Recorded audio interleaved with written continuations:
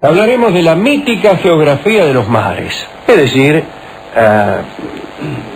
esta geografía fantástica que se desarrolló particularmente antes del descubrimiento y en realidad antes de que el conocimiento del mundo fuera completado por las exploraciones. Al existir sectores del globo terráqueo que todavía no habían sido recorridos y que eran solamente conjeturales, poco costaba llenar esos sectores con toda clase de fantasías. Así que hoy hablaremos un poco de esas fantasías. Si examináramos un mapa de la Edad Media, nos llamaría muchísimo la atención una gran cantidad de territorios que nunca han existido, islas, e incluso monstruos dibujados no por adorno, sino también porque se sospechaba su presencia. Estos lugares inexistentes han recibido incluso nombres y han aparecido, como se ha dicho, en muchos textos cartográficos, incluso hasta el siglo XVIII. El más grande de los geógrafos árabes, Al-Edrisi, nacido en España, se podía nacer en España y ser árabe, escribió allá por el año 1150 que había 27.000 islas mágicas solo en el Atlántico. Parece que las formaciones nubosas, especialmente cuando eran un poco bajas, engañaban a los navegantes que creían ver en ellas tierras lejanas hacia las que nunca iban, porque desde luego la navegación por el Atlántico era siempre de cabotaje, muy cercana a la costa, y nadie iba para allá, ¿no? A donde estaban las nubes. No era raro entonces que esos territorios imaginados recibieran nombres y tuvieran su sitio en los mapas antiguos. Frecuentes también eran los espejismos que hicieron ver lugares maravillosos que luego nunca pudieron ser encontrados. Así, durante la Edad Media y hasta poco después del Renacimiento, por todas partes se oyó hablar de hermosas islas fantasmas, territorios perdidos e incluso fugitivos. Una ciudad fugitiva es una idea extraordinaria. Estas ciudades de pronto se hacían visibles y después no se dejaban encontrar ni pisar.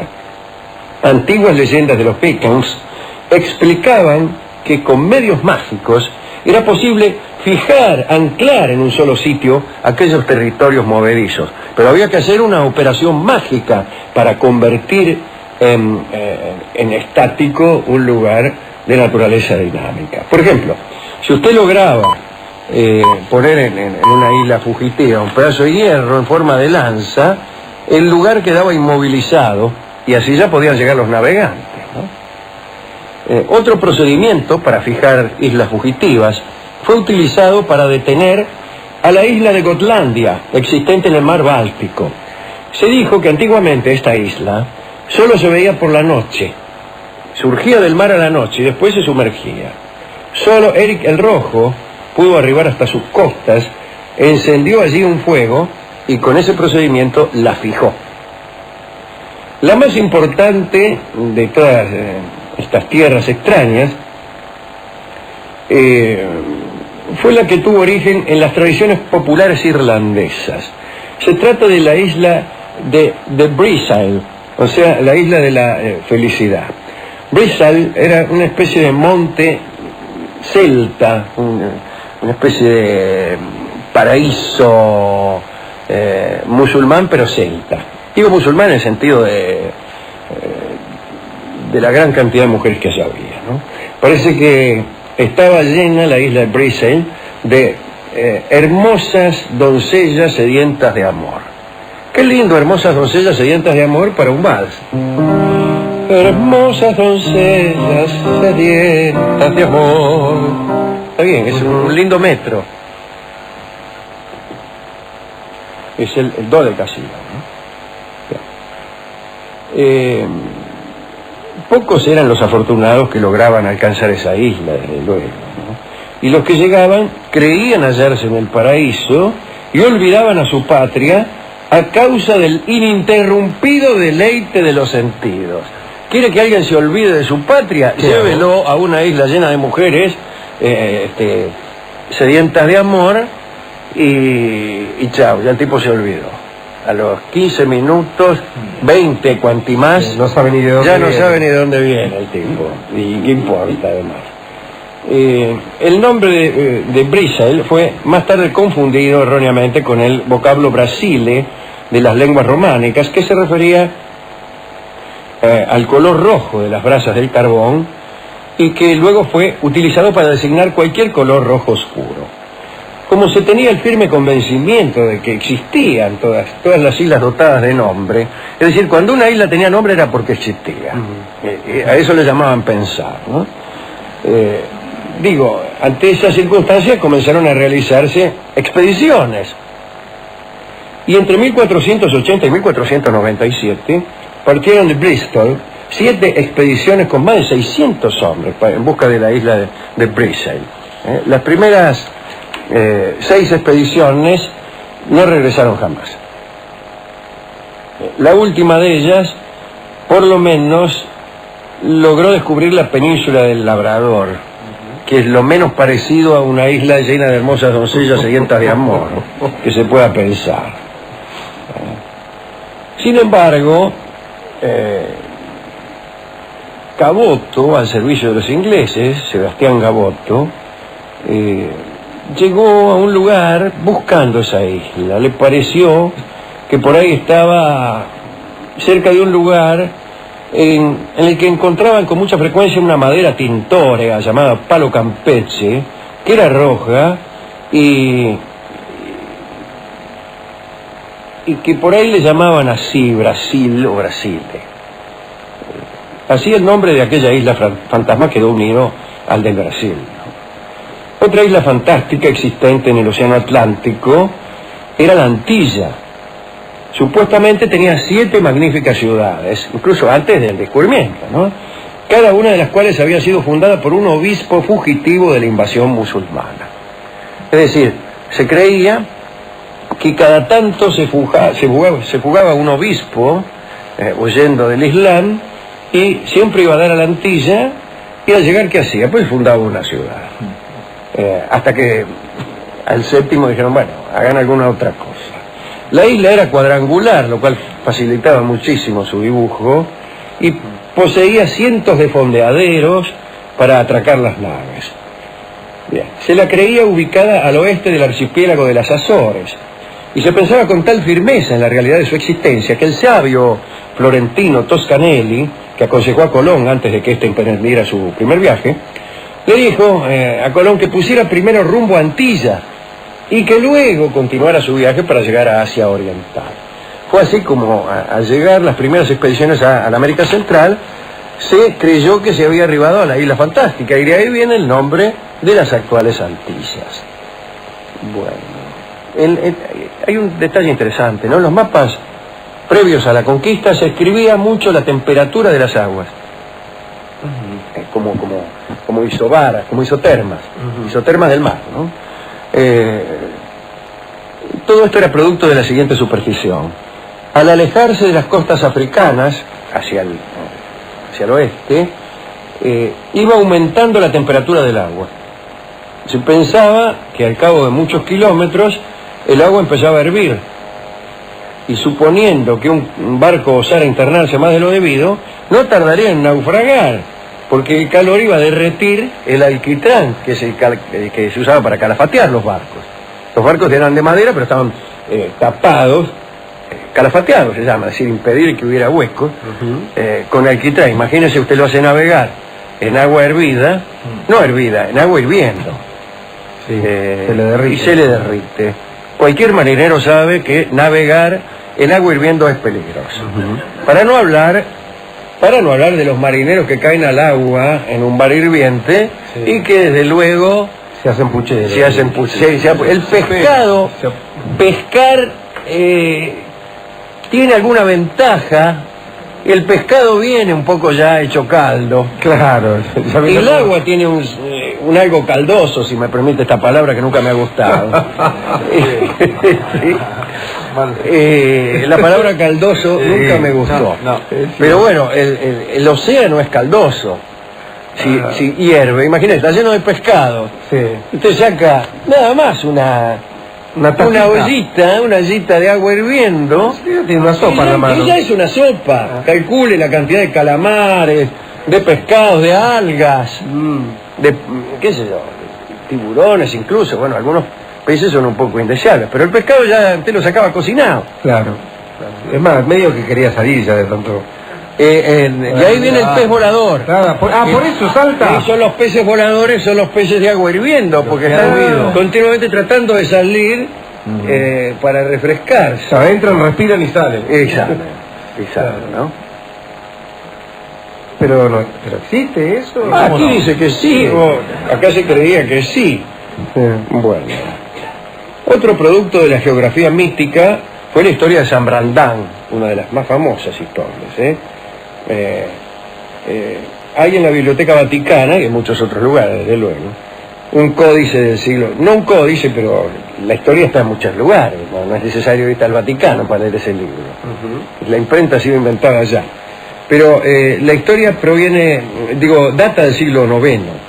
Su autor fue justamente el monje irlandés San Brandán, y allí cuenta, en este códice, en este libro, las peripecias de un viaje de 7 años por el océano. En aquella travesía se topó Brandán con ballenas del tamaño de grandes islas, en cuyos lomos estaban erigidas enormes ciudades.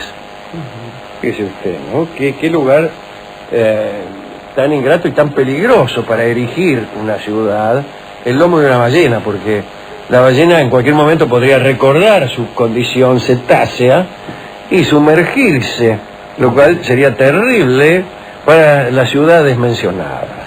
Aparte le echa el chorrito ese cada tanto, ¿vio? Sí, bueno, por eso podría ser aprovechado incluso por obras sanitarias. Bueno, vio también San Brandán cíclopes y grifos con sus cuerpos de águila y león, y llegó a una tierra reservada solo a los santos, a la que podía adentrarse cruzando en pleno día una barrera de sombras que se mostraban eternas. Esto, como comprenderán, me gusta mucho. En su navegación, San Brandán descubrió cientos de islas, constituidas algunas solo por piedras, o bosques impenetrables, o cubiertas de pájaros, tantos que impedían caminar. Se refirió también a otra isla en la cual solo había vides y monjes comiendo uvas en realidad, ¿no?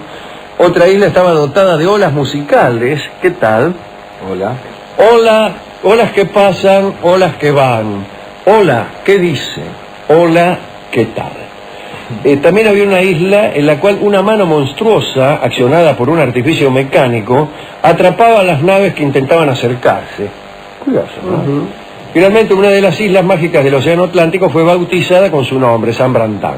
Y allí, según algunos, el monje irlandés tiene un monasterio flotante. Digamos, para terminar, algo respecto al desconocido continente del sur, un territorio que nació de un razonamiento, en cierto sentido,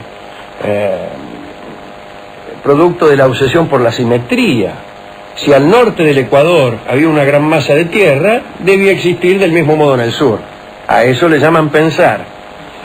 En el año 43, el geógrafo Pomponio Mela, se llamaba, discúlpeme, llamarse Mela es peligrosísimo en el colegio, ¿no?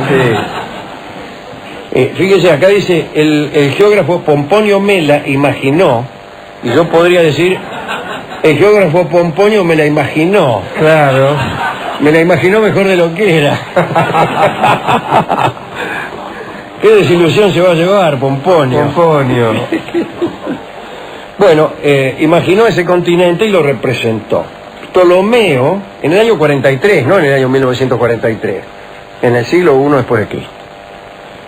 Después Ptolomeo tomó la idea y expuso en sus mapas una gran tierra austral que se extendía desde el sur del África allá hasta Nueva Guinea y Java, y después se unía a Asia por el este.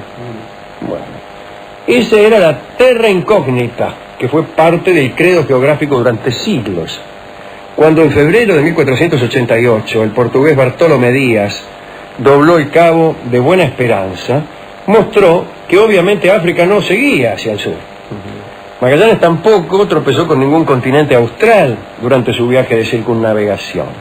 Sin embargo, en el primer atlas moderno de Ortelio, disculpen ustedes, aparece un continente austral denominado Terra Australis, con el siguiente agregado, non cognita, todavía sin descubrir. Durante el siglo XVII los europeos continuaron incluyendo ese territorio en los mapas. Buscando aquel continente, se dobló el Cabo de Hornos, se examinaron cuidadosamente Australia y Nueva Zelanda, pero nada, el continente no aparecía. En 1769, miren lo que pasó. Había unos astrónomos ingleses que calcularon que iba a ocurrir durante ese año un tránsito de Venus, que es cuando Venus cruza el Sol, se pone entre el Sol y la Tierra, una cosa así. Es un fenómeno que permitiría medir la distancia entre la Tierra y el Sol. La Royal Society planeó entonces una expedición a Tahití para observar el pasaje. Resolvieron que ahí era donde mejor se veía, yo qué sé.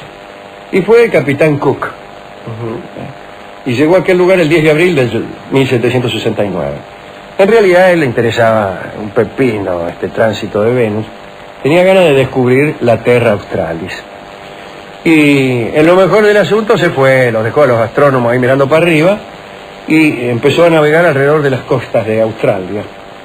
Y en 1771, 2 años después, ya estaba de regreso en Inglaterra con las manos vacías. De todos modos, aunque hubiera descubierto el continente, hubiera vuelto con las manos vacías. No sé de qué manera puede llegar uno con un continente bajo el brazo. Pero al año siguiente partió de nuevo. Llevaba órdenes de circunnavegar la Tierra en la latitud más austral posible, bien al sur, para ver si encontraba aquel dichoso continente.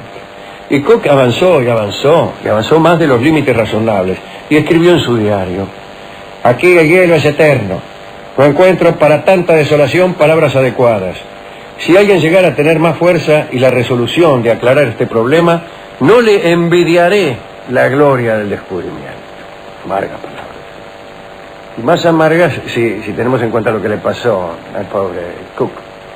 En marzo de 1773, después de 170 días de viaje entre los hielos del sur, Cook se aburrió y decidió enfilar su nave hacia aguas más templadas. La historia del continente austral se había derrumbado, no era cierto. Y a Cook no le fue nada bien. Llegó hasta una isla llamada Caracacoa, y luego de una terrible batalla con los nativos, se lo comieron. Los nativos se lo comieron. Sí. Primero lo derrotaron y después se lo comieron, que es lo que suele ocurrir.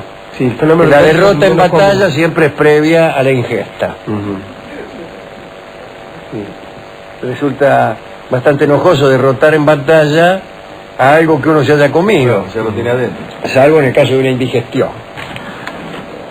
Bien, ¿a quién quiere dedicar usted esta, me parece interesante, reseña de episodios míticos? Bueno, de geografía fantástica. Al amigo Cook, al viejo Mela, que queda ahí. El viejo Mela, sí.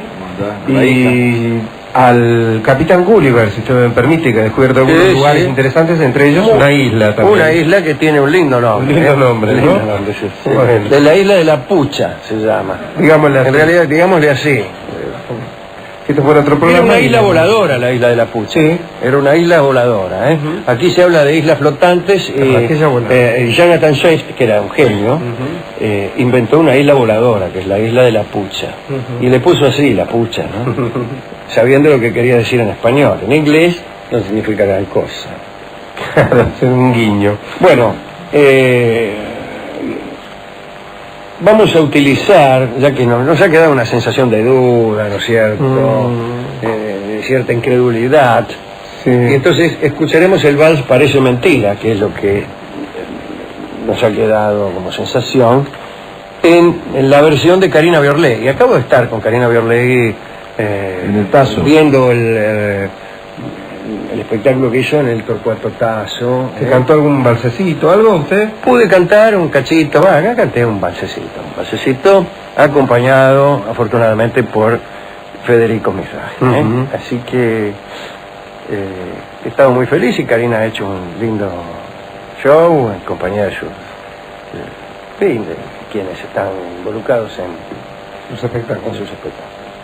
Así que la felicito. Escuchamos ahora con otro acompañamiento cuál es el famoso y querido trío que usted mismo ha integrado y que yo mismo he integrado alguna vez, y que es en este caso el que forman Carlitos Salmones, Carlitos Soria y Carlitos Juárez. Sí. Adelante. Los Carlitos. Parece mentira, Karina Garlón.